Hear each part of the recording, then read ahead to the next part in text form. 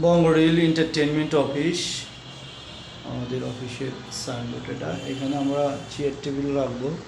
এখনও ডেকোরেশন শেষ হয়নি, আপাতত চলছে কাজ।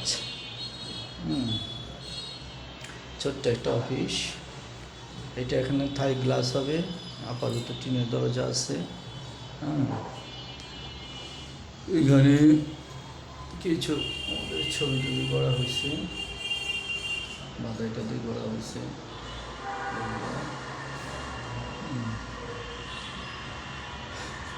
সোফা টোফা ফেলানো হয়েছে, অবস্থা। এটা এখনো বাধাই করা হয়নি, তো এইগুলো ঘটনা। আর ওই রুমটা হচ্ছে আমার ডেন্টাল অফিস। আর কি পাশের রুমটা নেওয়া হচ্ছে, বুঝতে পারছো।